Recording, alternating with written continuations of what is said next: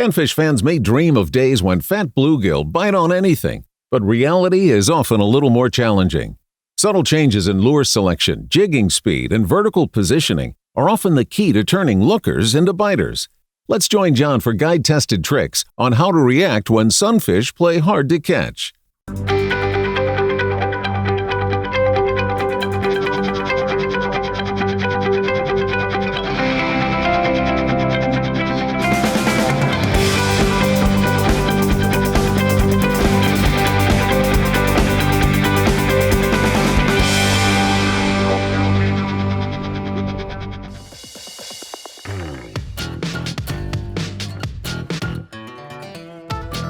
Ooh, good one.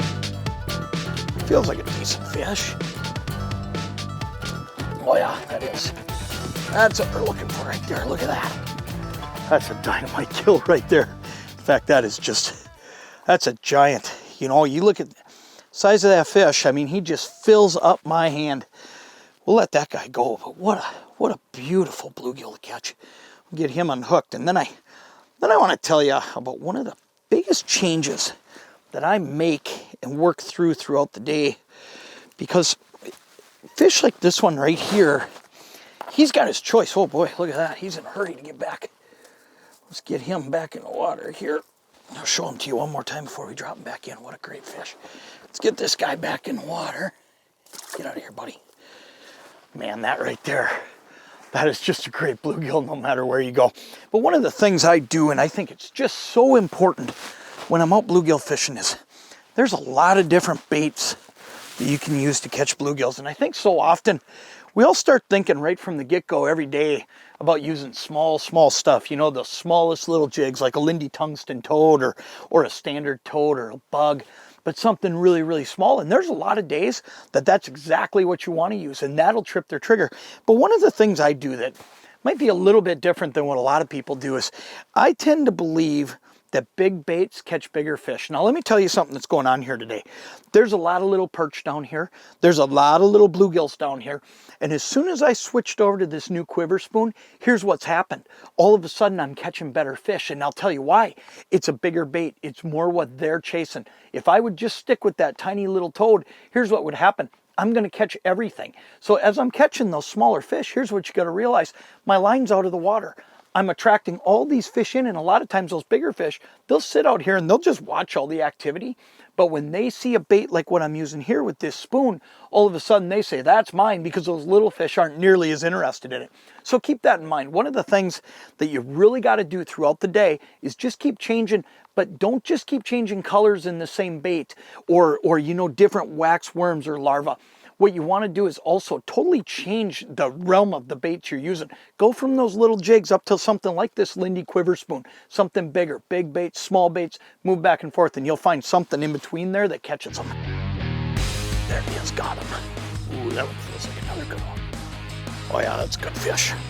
You know, you start messing around with so many small fish like what we got in here, and you know that the big ones are in here too, and it's almost just a question of when's it their turn, but it's also a question of getting fish like this one right here. Look at this one.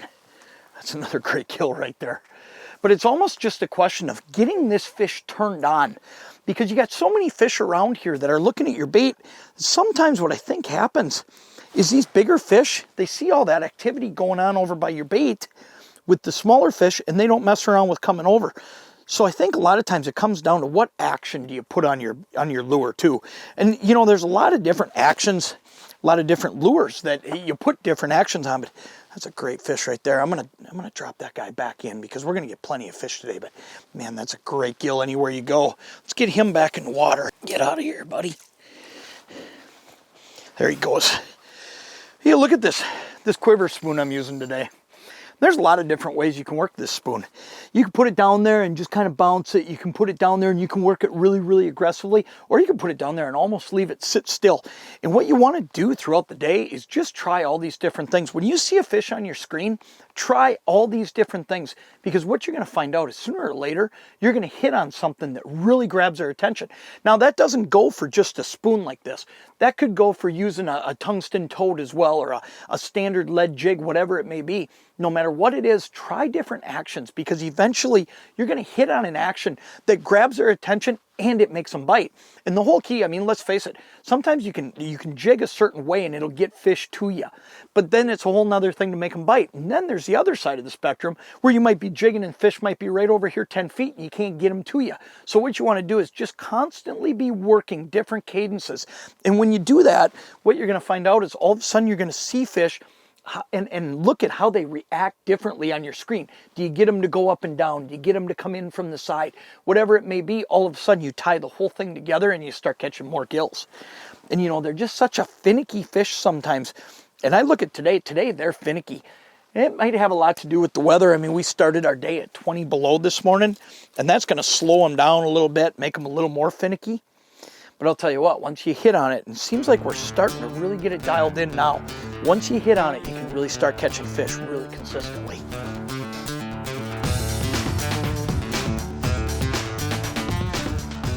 Oh, there he is. That's a good one. Man, you can just tell when you get, I think this fish got in them weeds too.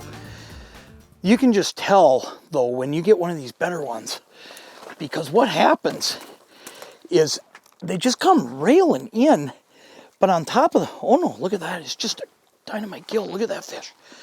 That's just awesome right there. Look at that fish. That is really cool. But you can tell when it's a better fish, because what happens is, you know, when I'm sitting up above those fish, all of a sudden this guy here, he was just a red band coming up on that flasher, and he just comes railing up and hits it. And you know, the other thing I really want to point out too is you look at today, and I want to show you. Look at that spoon in his mouth. I mean, he got all three of those treble hooks in his mouth. And I know so often we think that, you know, kind of a misnomer being that you got to use a small bait for bluegills. Boy, I'll tell you what, your biggest bluegills, they're more than willing to hit a big bait. And if you put a big bait down there, you're going to get some of these fish that you wouldn't get if you're fishing something smaller. They'll come up and hit a spoon and have no problem with it. That is a great way to wrap up a day right there. I'll tell you what, get out and enjoy some of this fishing. Just make some of those adjustments. Just work your way through some of those finer points. And once you get it dialed in, I'll tell you what, you can turn a tough bite, a finicky bite, even a stubborn bluegill bite into a stellar bite like what we've had today. That's a great fish to wrap up our day with.